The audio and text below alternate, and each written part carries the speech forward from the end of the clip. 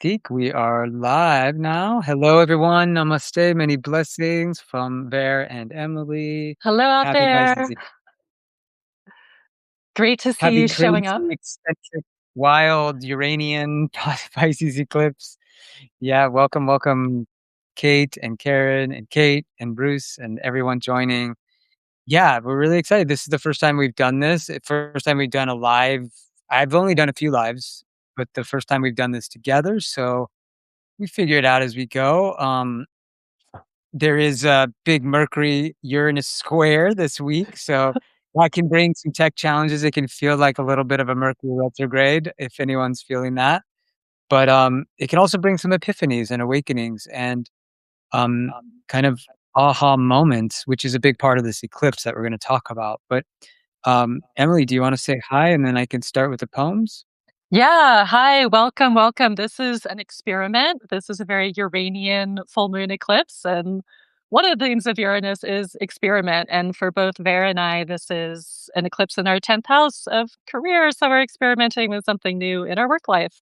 Welcome. And so excited for you to join us at this super powerful moment. So, yeah, turning it over to you, Vera. Get us started. Beautiful. So what I wanted to share was because Pisces is a sign that relates to our prayerful nature, our poetic nature, the part of us that returns to spirit that rules, it's the divine imagination. And I wanted to share a couple poems that I've worked on and also a prayer.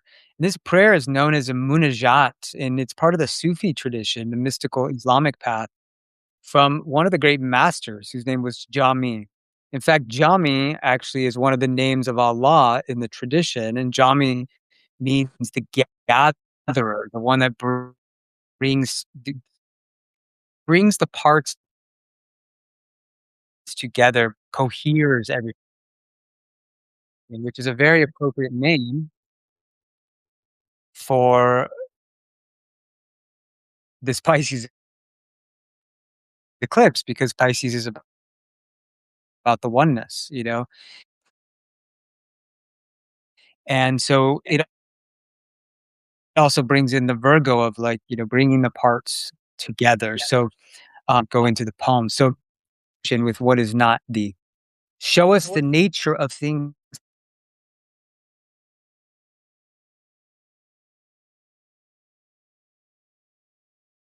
Oh, and Ver, you have frozen. You were breaking up and now you're As frozen. they really are. We have lived so long inside the veil. We have forgotten it is a veil. We have called the full light of day. We have built ours of the appearances, forgotten.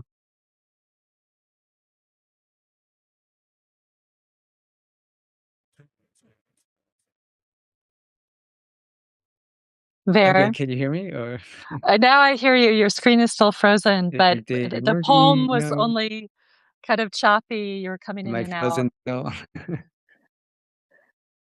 Yeah. Do you want to try the poem again? Because what I heard was beautiful. I'd love to hear the whole thing. Yeah.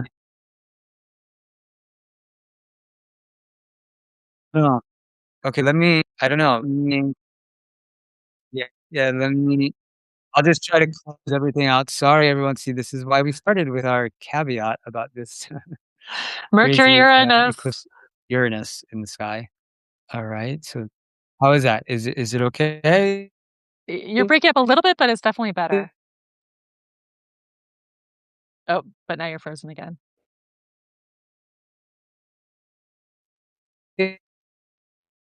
Or what do we? How do we sound now? It's okay. Now I can hear Okay. One thing you, here. but your screen is still frozen. All right. Let's see. How's this? Is this working now? Are we good? Yes. Good. Good. Okay. Let's try again. So. This munajat, this prayer, munajat is an intimate conversation with God.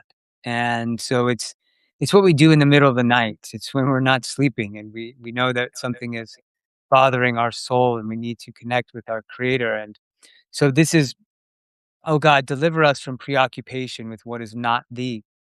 Show us the nature of things as they really are. We have lived so long inside the veil that if we've forgotten that it is a veil, we have grown accustomed to the dimness and called it the full light of day.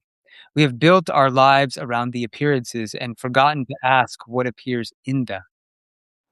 Remove from our eyes the veil of ignorance that sees the creature and stops there, that sees the gift and does not look up towards the giver, that lives in the house and never wonders who built it or why it was built for us or what the builder looks like.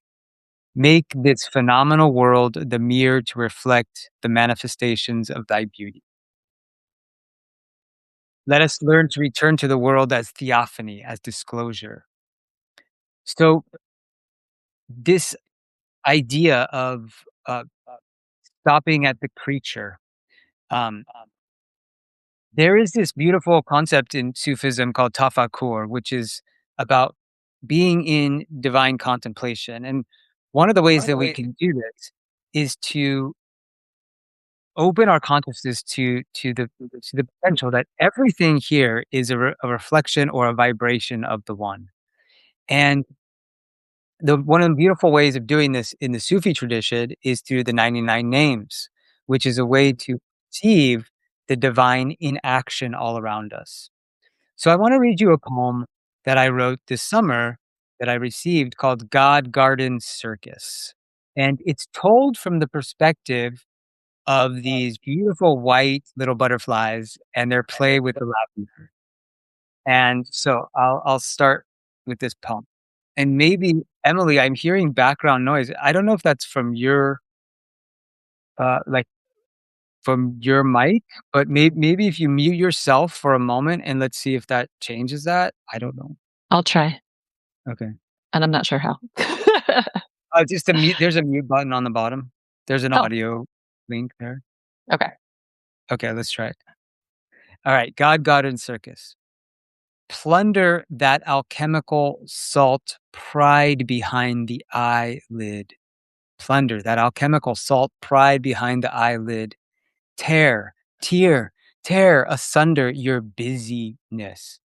Will you dare, dare, dare finger dance, petal open, geometric perfume, or surrender into devotee's stare?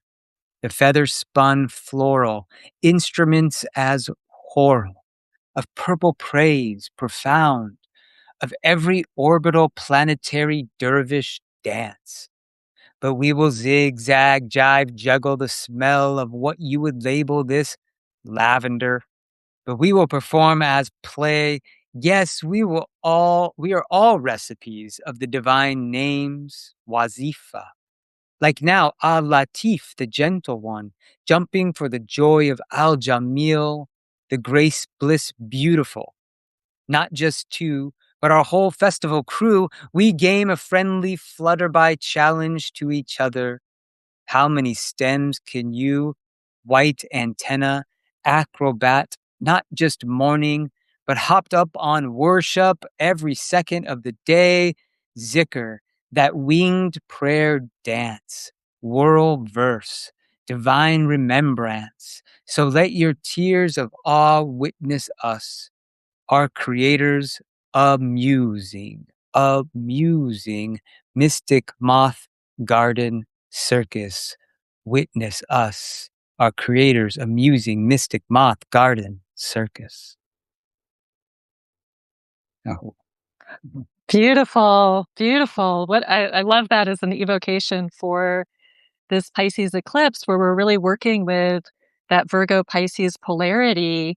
And there's so much, anyway, I'm feeling so much Virgo happening now in terms of Yeah. that, like, it's back to school season, busy season, so much happening in our day to day lives. And in that polarity with Pisces, Pisces is the pause, the time out, the rest, the spiritual replenishment, retreat, right? Taking time to really connect with our bigger selves. And then this axis is all about how do we integrate that sense of communion, that felt sense that we are bigger than this 3D reality, but how do we bring our divine selves, our bigger selves into the day to day rather than going from one extreme to the other of I'm so caught up in my little world and the daily details of my life that I forget who I really am, or I need to completely check out, leave the country and go off on some, medicine journey or something to connect with Pisces land, but then can I integrate that back into my daily life? Mm, So we're really, yeah, working with that polarity. And we're going to come back to these eclipse themes, but I want to start the kind of astro discussion here by looking at the bigger cosmic context for this eclipse because we just experienced the peak of once in a lifetime astrology, the extremely rare harmonious alignment of the three outer planets, Uranus, Neptune, and Pluto. And, from what I understand, the last time something similar happened was in the 1500s, but it wasn't as precise as now. mm. So that peaked in July, and I like thinking of it as the cosmic cradle. It's also called Barbeau's basket, right? This super rare formation. It became the basket or cradle once Jupiter came into the formation. Jupiter has moved on, but these three planets, the three outer planets, will continue in harmonious alignment for the next 2 years. And, you know, often when there's something this epic astrologically with the outer planets, which are very much collective transpersonal forces, we don't always notice it or can't necessarily define exactly what the change is that's happening in the collective while we're in it.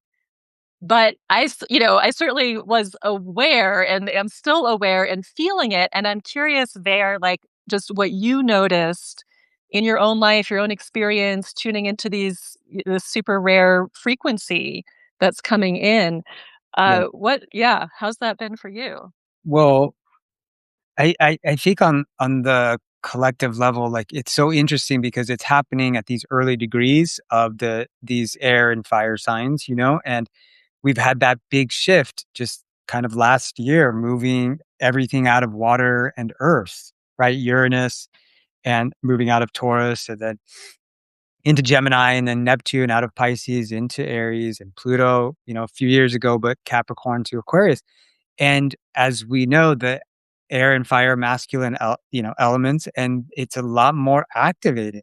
It's a lot more young, and it's now moving into this real sense of we have to create the world we want to live in. It's not a passive experience anymore. And I really think that this is so interesting that that configuration is happening simultaneous to the nodes changing sign or these eclipses shifting. So we're in that moment where the eclipses are shifting between signs, right? Because we have the Pisces, so this is the last Pisces Virgo eclipse, and then the we have the solar eclipse in Leo.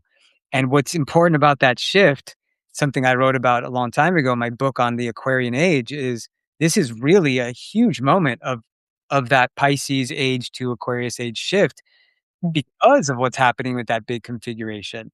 That it's now about each one of us owning our creative gifts, how we're going to connect and contribute to communities, building community. I think community development is now like front and center in everyone's mind and consciousness. We have to find our tribes, we have to be a part of them, we have to affiliate and associate with the energies and the resonance fields that we want to live in. And it's not a passive experience. It's a really active journey. And that's what that again, that Leo energy is about, is like, I have to be the creator of this. I have to lead, I have to express myself. And so it's a very yeah, it's a very activating energy. And yeah, that's kind of a little nutshell of that. But yeah. Yeah, I think that's a really important point, and especially since we've just started this new Saturn-Neptune cycle, right? With that conjunction happening on February 20th this year, the seed planting for a new 36-ish year cycle of bringing our dreams, Neptune, into reality that is very much about the individual and our own power. But I think it's also interesting because with Neptune, in Aries, and Neptune, the sign of the infinite source, the great mystery, everything we don't actually have words for, the ineffable, but we feel it, right? Yeah. With Neptune in Aries, the sign of personal power, individual action, the will. There's also this element of mystery and surrender where it's not about like forcing in my own agenda, but more like there's something bigger moving through us Yeah. toward inspired action. And that interplay between Aries and Aquarius, with Pluto in Aquarius and Saturn and Neptune in Aries, like what you're talking about in terms of our contribution to the collective Aquarius and being part of the bigger community and where is humanity going and what is my own role in that, Yeah. like the Aries piece of this is like, it's so important to really be ourselves. Like this is calling for radical honesty, authenticity, what really fires me up, where is my energy really calling me versus like, oh, here's who I think I should be in order to participate, right? There's a big element here, I think, with that cradle basket minor triangle or whatever configuration of surrender, like surrendering to our bigger selves and what's coming through us. And yeah, it requires our individual action. And I think a hell of a lot of courage and risk taking, right? And also with, we can segue into the Leo solar eclipse too, which right, a lot about taking risks. Yeah, I mean, I at the beginning of the year, I was talking about the idea of the mystic warrior Yeah. or like the mystic missionary, because like Aries is on a mission and then you have Neptune there. And it's like, well, the mission is for us to realize our oneness, our unity, our collectivity. And like, that's why, you know, it's so interesting too, because then the shadow has to be spoken about. And we see that, of course, in the sort of intoxicated, egomaniacal leadership in the world that is not really leadership, right? That's the shadow of Aries. It's very infantile, and it's very like that kind of self-obsessed and using media that way as well. And that is one of our big challenges as we're moving into this time too. Is now with AI, like it's such a slippery area because there's so much potential for evolution and growth, but then this question of what's real, and just questioning reality itself and where do we and this new it and this is I believe part of what Neptune in Aries, Pluto in Aquarius, Uranus in Gemini, they're all part of this story with AI because it really is birthing a new consciousness on the planet that we are having to have a relationship with in a way that we never have before. And so this idea of a singularity around that of like, what do we do when we're confronted with like sort of all the information that ever has been and like at our fingertips? And one of the things I've been thinking about and I've been writing about too is like, as a musician, I'm going to play some guitar at the end, but there's so much. I've used AI to make some music, but I've been a musician for 30 years too. And so much music being released is now like AI generated. And just like all the images, and now we can read that most of the text, and our copyrights and all the things that we don't know what's what, or even sometimes if we do, we might have a really strong negative reaction because we could see that well, this was sent to me by a human, but it was actually generated by an AI. And how are we in relationship to that? I think that's really interesting to consider given this sort of the speed element that's also part of Aries and Aquarius and Gemini, right? Like like fire air signs. That is like, I gotta get this out. I gotta like hustle and get this, more and more and more and more, get it into more media, more channels. And kind of oppose that with what some people have been saying about, shifts in like YouTube, because now YouTube is more directing the algorithm towards like people that are following your content and they're kind of part of your tribe. So like when they tune into what you're doing and you give them more of that, then they're kind of like the algorithm's going to feed that. And so that's why it's saying like be authentic to that community and what you're doing and then you'll have more people showing up for that purpose. That's actually a shift in how the algorithm is in its behavior, which is, I think, just an interesting thing that's like part of the storyline of media in 2026 as the North Node moves into Aquarius about building community. And Leo, the South Node, is about, oh, I got to gather all my gifts, all my parts, and share them, you know? Yeah. Well, and I think also referring back to what you said about the shadow in terms of leadership and leaders who are not coming from the heart and not in service to to humanity, the bigger community, all life. Thinking about this first eclipse, the eclipse that is kind of the setup for tonight's eclipse, that was a Leo solar eclipse conjunct the South Node. Right. And also with Jupiter now in Leo, kind of amplifying these Leo themes. And to me, this really looked like the fall of leaders who are not coming from the heart and not coming from integrity. And then I think challenging all of us to, look at where are we more playing a role to get approval, to get love, to get validation, versus really taking that risk of being our heretic, rebel, radically unique Aquarian selves, right? Where the North Node is now. And, going back to what we were saying about this being a time of really embracing our own creativity, knowing our power as creators, right? We came here to be creator gods and goddesses. And I Yeah. think that's part of the higher expression of the Leo archetype, right? Knowing our creative power and to create our realm. Whatever is happening out there in the collective field, we have the power to create our realm, like the higher expression of kings and queens. And so that Leo solar eclipse representing a seed planting for the next 19 years, a seed planting in terms of our creative power. And also, Leo's about love. And we know that, eclipses tend to bring up a lot around relationship, massive endings and beginnings. It can be very, very literal in my experience and in my observation. I'm sure for you too, right? Divorces, marriages, right? Huge turning points in relationship, but especially considering that Venus was a very big focal point for that first eclipse.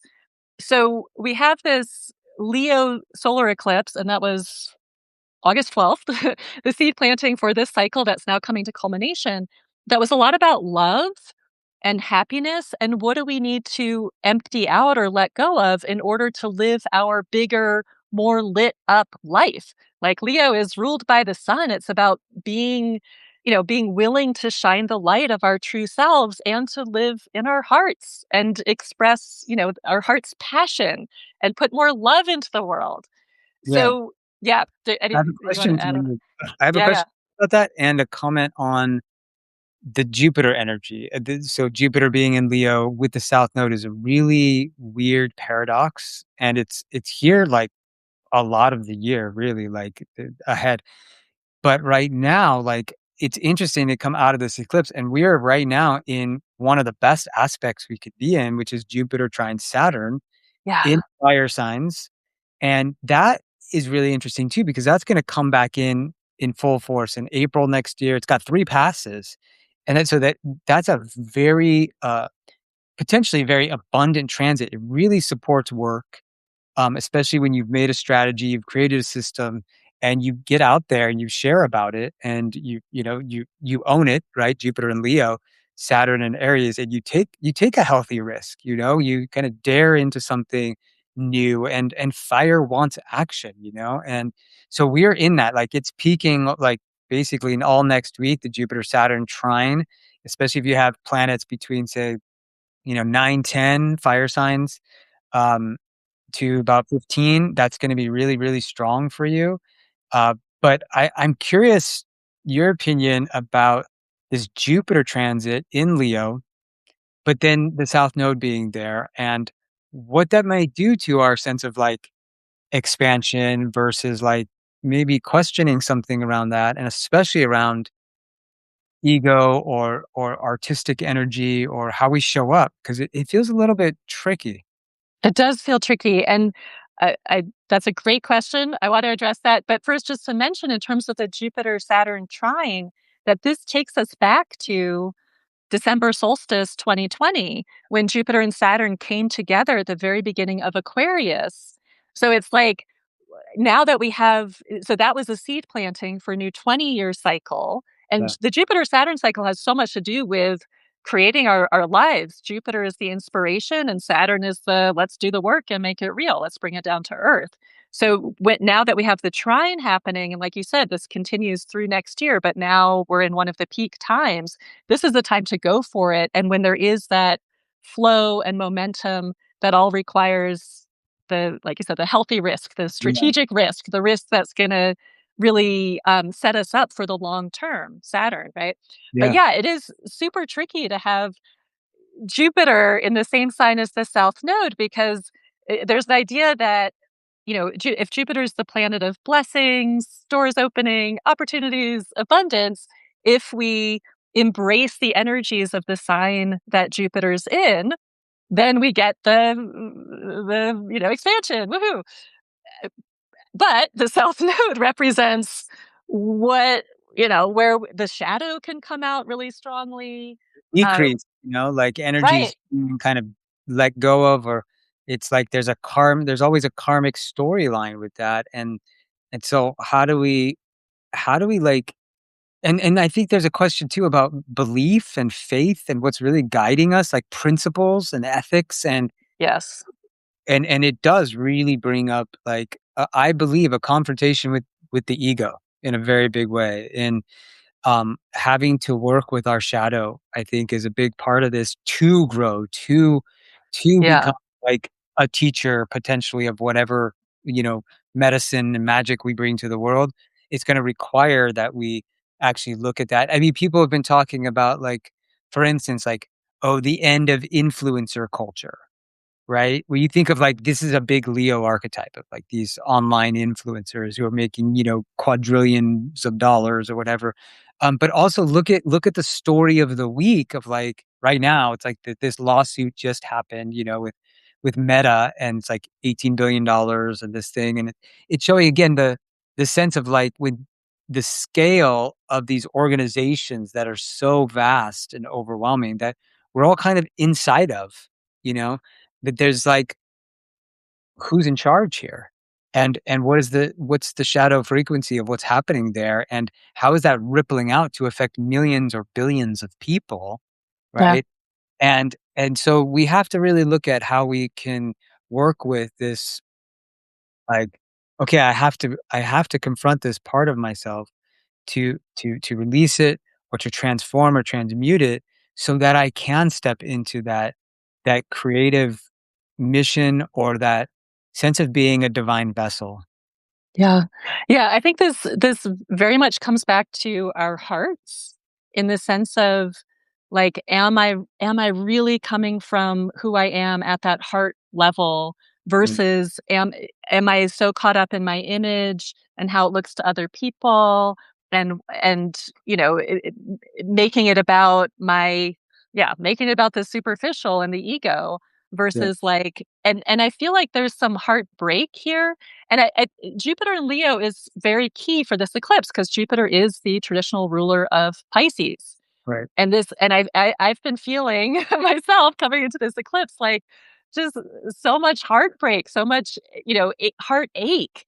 And yeah, I feel like there is, like, part of the healing right now is really being with our tender hearts and letting our hearts break open and feeling the grief, Pisces, that's in there. So there's this, like, emptying out, South Node and Leo, of what are we holding in our hearts that's actually blocking our ability to receive more love. I mean, the yeah, I love Leo Aquarius axis, right? It's about giving and receiving love.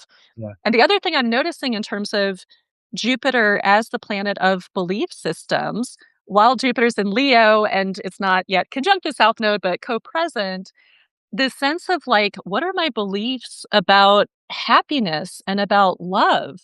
And how is that blocking me from actually receiving the goodness that's coming in?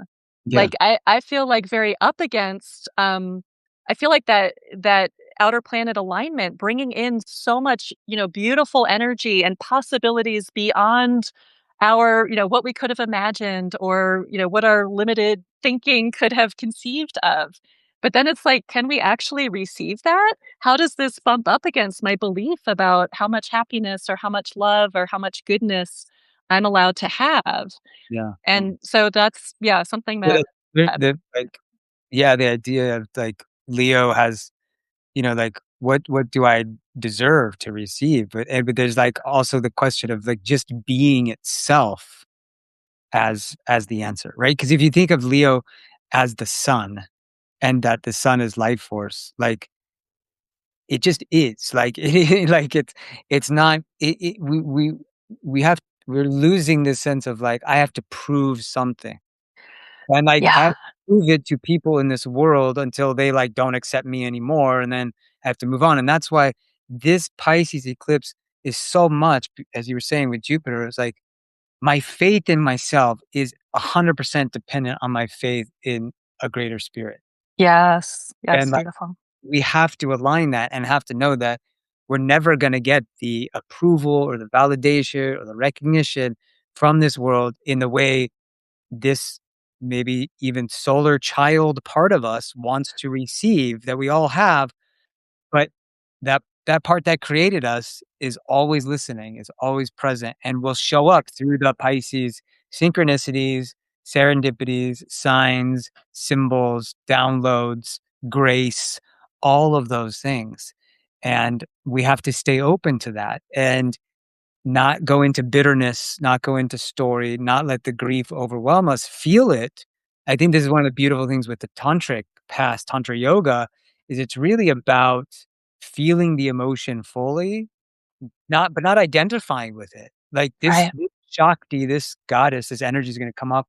We're gonna have to be with that emotion and let it move through us, let it dance through us. And and then it will move through, and but we are not that, we are the witness of that, all of Yes. rising in our consciousness. So, allow it to move through, acknowledge it, but don't identify with it? This is huge for Pisces because I think part of what goes on at a Pisces lunar eclipse is that our sensitivity to the collective field is heightened. Right? Pisces dissolves boundaries. And yeah, there's a beautiful quality of oneness that, oh, I'm, one with God. Oh, that's lovely. And then there's also like, oh shit, I'm feeling the pain of the world and the suffering of the world. And how do I respond to that? And like you said, yeah, we could easily, especially with Mercury opposite the moon, Mercury, the mind, and very strong mind in Virgo opposite this Pisces moon, I could make up all kinds of stories about what this feeling coming through me is about.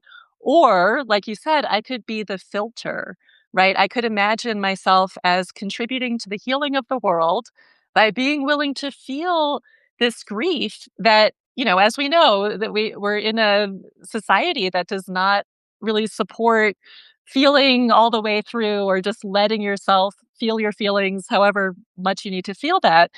But I feel like this is what I've gone through the past couple of days is just having really intense inner child, right? As you mentioned with Leo, Leo is our child self, right? And this like wounding and pain and heartbreak of my inner child, noticing my mind, making up a really compelling story about that Yeah, pain, but then another part of me, and I love that you brought in the witness because this eclipse is squaring Uranus in Gemini, and the higher expression of Gemini is Buddha mind, is the witness, right? And this eclipse is, yes, it can feel so personal and so painful, but also I think a kind of evolutionary push toward our bigger selves who can, feel and hold and witness the pain of the world and our own personal suffering of, little child me, right? And kind of just hold it all. yeah, And, and I've noticed for myself really needing to lean into Aquarius in the sense of talking to friends, right? Aquarius is a sign of friendship and groups, and I'm not alone in this, right? Because with Pisces, we can feel all alone or all one. And I think friendship is key. yeah, that's beautiful, and I also think that, like, given the square, Mercury's super involved, Mercury's in Virgo, super strong, but one of the things that I if you wanna comment on this too, but I think sometimes that planets in their rulership are sometimes too strong.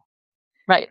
Yep. And so if Mercury is in and Mercury is also exalted in Virgo. So you have this Mercury that this mind that is so super sharp and insightful and analytical and critical, um, with the sun, because actually it's the cazimi right now too. Mercury and the sun are together. They're at the same degree. So the mind is on fire. Like it's moving very fast. I'm sure people are experiencing, lots of emails, lots of connections, networking, phone. But what I want to say with that is Mercury and the sun squaring Uranus, being squared by Uranus during this eclipse, where it's such a sensitive time, where we're so empathic and open, you know, every word that we speak, at first we think it, every word is going to have a lot of consequence to it and it can be really sharp like a dagger. And if you think the square with Uranus, we could, say things that can really traumatize ourselves or other people, self-talk, right? And because of Virgo season, we always deal with like that underlying story of guilt in each one of right? Um, there's gonna be relationships during eclipse window that are gonna be like, "And here it is," right? "And here it is." And then how we talk to ourselves about it, and one of the teachings that I love the most is A Course in Miracles, and the Course is very focused on forgiveness, but it's not forgiveness for something that someone did to me. It's forgiveness for the idea of separation. And that's where it all comes back to, whether that's towards myself, I believe that I'm not good enough, I have to prove something, I made a mistake, I'm never gonna get all that self-talk, or towards another, the point is that it's really an idea that we're separate, and what we have to forgive is that idea and come back to that innocence, come back to that we were created perfect by a perfect creator, come back to that Pisces unified field. But be careful with this like square, with Mercury Sun, because it can be shocking. It could also be epiphanies and awakenings and using astrology, right? Aquarius to have these downloads and insights, but just being sensitive to being very intentional and conscious, like offering our words up. Like, would I want these words to ripple forever? Like, Yes. Yeah, which is a great point because, as I mentioned, yeah, we can feel more inundated by the collective field. And at the same time, we have more power during eclipses and maybe especially during a Pisces eclipse yeah, to impact the collective field, the collective dream, right? And to really know ourselves as co-creators of this collective dream. And so I love that focus on Mercury in terms of where am I putting my attention? Mercury is the magician, yeah, right? Because the magician works through thought and language, right? Through attention and intention. And that's super powerful right now. And it's very easy to get distracted or disrupted or taken, scattered all over the place with that Uranian energy. yes, Or or there's also that breakthrough revelation potential of wow, I have so much power as a creator and I want to send that my positive healing intention out into the collective. And we do have support for healing from Chiron and Taurus. Chiron and Taurus is harmonizing, right? Sextile the moon, trining Mercury and the fun, sun. And this is, when you brought in the theme of worthiness or unworthiness, I think that's what mhm, what Chiron and Taurus is really stirring up for us.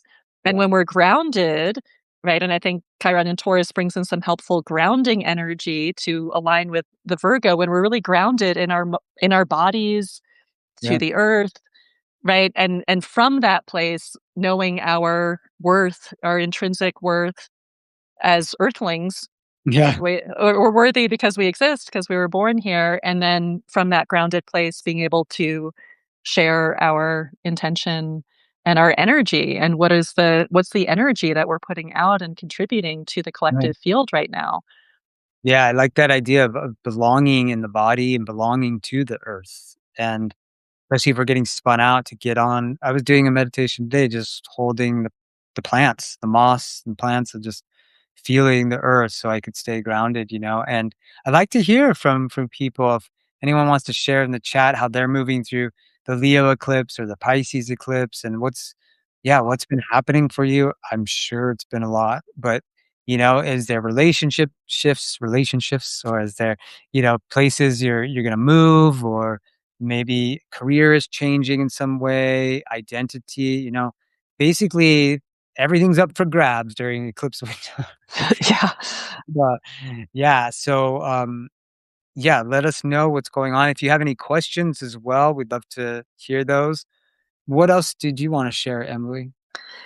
Um, I think that's yeah. To think about since this is a kind of grand finale, Yeah, eclipse in Pisces, and part of the Pisces archetype is about dissolution. Letting go, surrender. It's the last sign of the zodiac, and it's a water sign, like washing away the past. We had a Pisces lunar eclipse in 2025, in 2024. We had Neptune in Pisces, yeah, right? So we've had this is our grand finale. So, what is the ultimate surrender and letting go and release yeah, that's going to create the space for the new dream to come in, the beautiful new dream to come in? And to really be able to embrace all this expansion that's happening and this higher, the sense of liftoff into a higher, a quantum leap, Uranus, right? yeah, In the outer planets. So what do we need to release and really kind of going for it in terms of our releasing? And after the eclipse, after the exact full moon and eclipse, this is a great time for any releasing ritual. What's not serving you? Maybe what are those thought patterns that aren't serving you? What are the beliefs, Jupiter, that aren't serving you? What are you ready to turn, where are you ready to let go, let God, Goddess, right? Turn it yeah. over to the universe. And active contemplation, active remembrance, I think of food as being a great, invitation for us, like, and even in the Bhagavad Gita, it has this thing about Krishna say, "Remember me in everything you do. Make an offering to me." And so whatever our sense of source is, if we can take that sensation, the thing I'm seeing, the thing I'm hearing, the music, the sounds, whatever it is, the noise, if I can offer that, this piece of food, I am in that state of God consciousness. Mm, Buddhism is called Hakra, but that God consciousness, and that is the essence of Pisces, but it's the essence of like awakening, right? That like yeah, this is all there is. There's just this God consciousness. Some of it has forgotten who it is on a very deep level, and so it's very dense. And some of it has remembered who it truly is, and it's very light and playful and open and free. And so it's all the one, but it's just different vibrations of that density. And our work is practicing that remembrance, practice that even in the things we don't prefer, even in the feeling states that are rough or grief. This too is Shiva, as they say in the tantras. This too is God. This too is nothing is not that yeah, divine vibration. So that's really radical for the ego. The ego wants to make all the stories of this is right and this is wrong, this is what I like and this is what I don't. And this is what's getting challenged right now. So yeah, yeah. it's like we got some comments here, multiple synchronicities associated with the child loss. Wow, beautiful, intense. What's this? I'm confused, Megan, by eclipses affecting us for 6 months or several years. How does that work? Since we have eclipses a few times a year, are we just affected all the time by? Kinda. Well, That's if an eclipse lands on one of your planets, like your sun or your moon or your angles, like your ascendant or angle of career or partnership, that is gonna be a very big, intense dynamic, usually right around the time of the eclipse, but it can ripple out for many years of your life typically. Do you wanna say something else about that? Yeah, just that there's a couple different ways to think about it. So one way, like you said, Megan, since eclipses happen every 6 months, there is a sense that when we have eclipse season, it refers back to the previous eclipses, and there's some, turning point or next level or new development in relation to the previous what happened 6 months ago.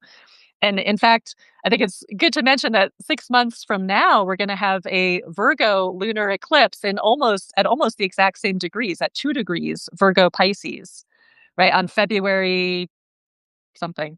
Okay. I don't Next have it. February. I don't have it in front of me, but next February. So So Yeah. yes, the 6-month thing is important, but also eclipses often repeat every 19 years. So you can look back to 2007. This Pisces eclipse did happen in 2007, same date, same degree.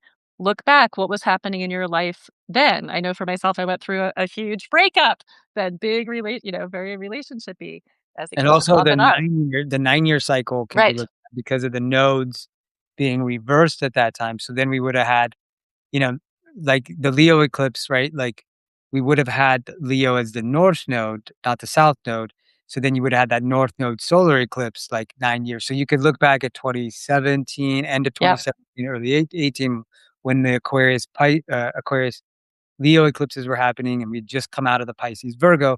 So this is really, really helpful detective work on how you're going to be moving through this current cycle, what kinds of transitions happened before, and then how you can integrate the highest vibration of that. So that's really helpful. And then again, you can plan that out years in advance. Yeah. And I also want to address what Adrian said about fear, because eclipses have a long history of being associated with fear, right? That it kind of makes sense just on a biological level.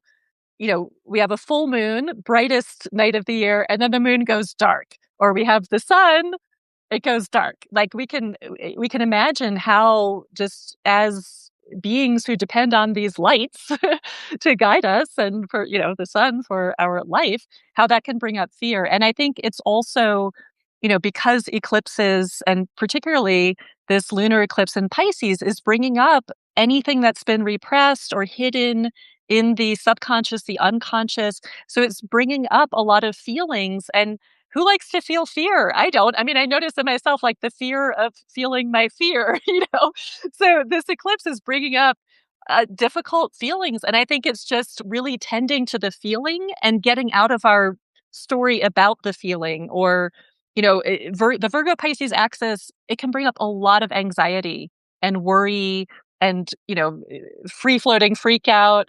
So for me, when I remember, like, my mind definitely gets going, right? With all the horrific possibilities. And if I can remember to interrupt that and just come back to the feeling.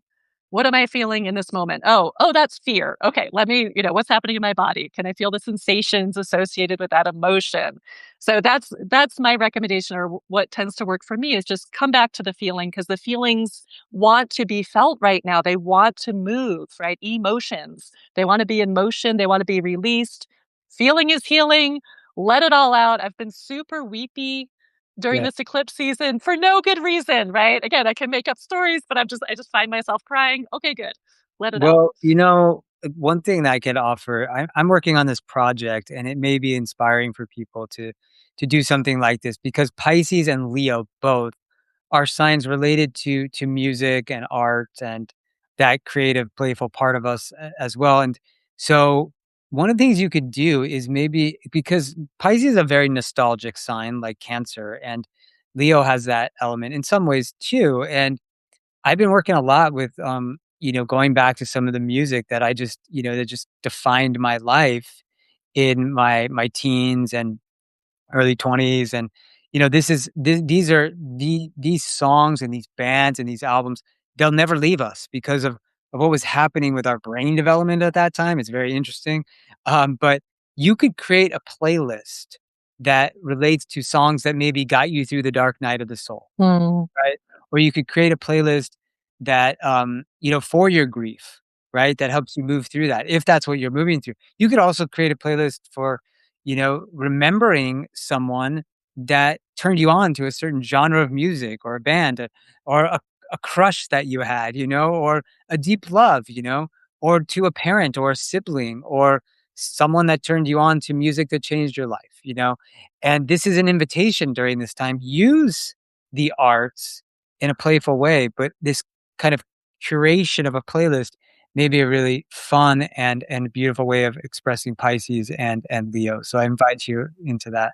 I Uh, love that suggestion. And also, I know for me, sometimes it takes hearing a piece of music to really get the tears flowing, totally. right? And that's what this eclipse wants of us. Like, let it flow, let it out. Move that Yeah. energy. Well, maybe one more question because then we're gonna share about what's up for each of us coming up, and then I'm gonna play some guitar to send us off tonight. Somebody asked about 36-year cycle. Um, Yeah. So Sarah Ann, that was the conjunction of Saturn and Neptune. The last time they came together was 1989, and you can, think about everything that happened historically then with the fall of the Berlin Wall and end of, communist Soviet era. Um, and so that's what happened on February 20th.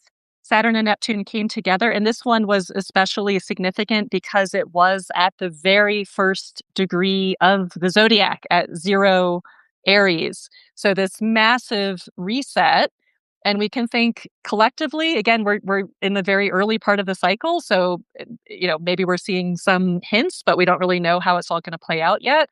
But we can think personally, and if you have the astro techno skills to look at which house in your own birth chart was activated, which house has that 0 Aries in it for you as a seed planting of building Saturn a new dream, bringing a new vision into reality. And there's a big, reset, rebirth frequency here, being at 0 Aries. Do you want to add to that, Bear? I think you got it. That's pretty yeah, I mean, that's pretty good and meh, summary. Okay. Yeah, I wanna thank everyone for sharing here. Yeah, what they've been letting go of. Dolly Parton also passed this week. Yeah, and, this just, yeah, it's a time where a lot of people, souls choose to leave the earth plane is during the eclipse window. And, I wanna share one more thing. The Tibetan Buddhists teach that this is the time where the karma ripples out the strongest. And so there's a tradition of increasing the meditative practices, the contemplative practices, um, and especially, this Pisces season, really just again, deep prayer, deep offerings, rituals that can just increase your practice, whatever that is. And yeah, just allow yourself to surrender into that, that offer. That's one of the things I'd like to leave everyone with today. Beautiful. Yeah. And, so we're just gonna share a little bit about what we have coming up, each of us, and then I'll share a final song with you that I actually returned to again. This is a song I received well, it's 2 different songs I put together, and I was in the forest, I was listening to old riffs, and then I put them together, and it's the beauty of going back, we need to go back sometimes to move forward in our creative process. So I hope it will inspire you, and, yeah, so what do you have coming up, Emily? So what I have coming up is a mentorship program, a 3-month mentorship intensive. I'm calling it for people who want to be professional astrologers or who are already practicing but want to take their skills and their business to a new level. So it's going to be intimate, heart-centered astrology as a healing art, as a tool for healing and evolution. And yeah, I'll there's information on my site. Check it out. We start on September 11th. Amazing. Wonderful. That's gonna be incredible, and what I got coming I'm gonna share the screen and I'll put it in the chat too. Um, it's just a link to register if you are interested for a free talk on astrolocality, locational astrology strategies, and this is all about finding your optimum places in the world or in the country that you live, and also the timing to go there. So if it's about going on a retreat or leading one, if it's about fully moving, it's about finding love, maybe in partnership or taking your family somewhere. This is what this talk is going to be about. I'm going to share 20 years of work in locational astrology, living in 47 countries, and it's leading towards the next training that I'm doing in this, which I'm also going to put in the chat, and I'll be sharing more on the talk about this. But this is going to be a 7-week training coming up.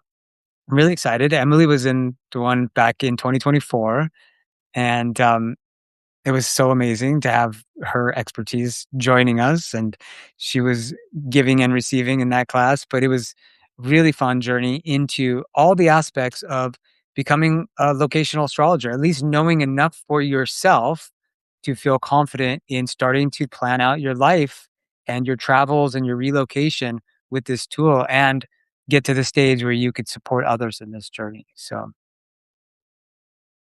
Oh, are you muted? Was I muted? No. Yeah, yeah, highly recommend Ver's astrolocation training, super fun, and since Ver has traveled everywhere and has is speaking from experience, his experience of having visited or lived in so many different places and, how the archetypes showed up, really fun. Yeah, well, I wanna thank Emily, and everyone that's joined live, everyone that might watch a replay. Thank you for, yeah, jumping into the experiment, and, it's been really fun. I hope we could do more of these. This is what Uranus is all about, like, try something new, and I think it's been a really great download today for all of us, so thank you to Emily, and really appreciating everyone being live and sharing your thoughts. If you wanna add anything else, please do. Join us both for our upcoming trainings, and I'm gonna share this song, and you're welcome to journal, to dance, to close your eyes, let out the emotions, whatever it is.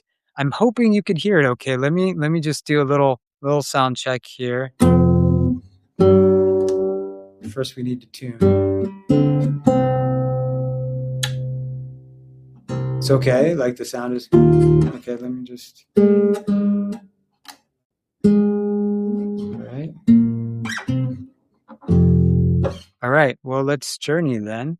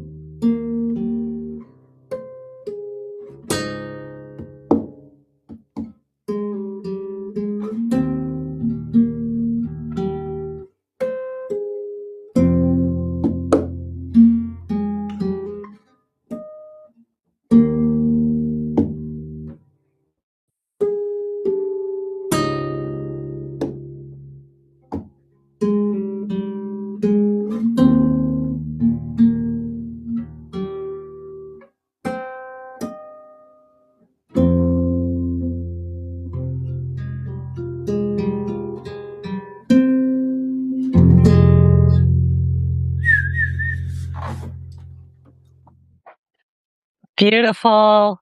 Perfect. Perfect Yeah. ending. Thank you, Ver. Yes. Thank you. Thank you, everyone. Thanks, everyone. Eclipse blessings. Be in touch. Hope to see you on the calls or the trainings and the webinars. Stay tuned and bless you on your eclipse tonight and tomorrow. Namaste. Mwah. Bye, everyone. Bye, everyone.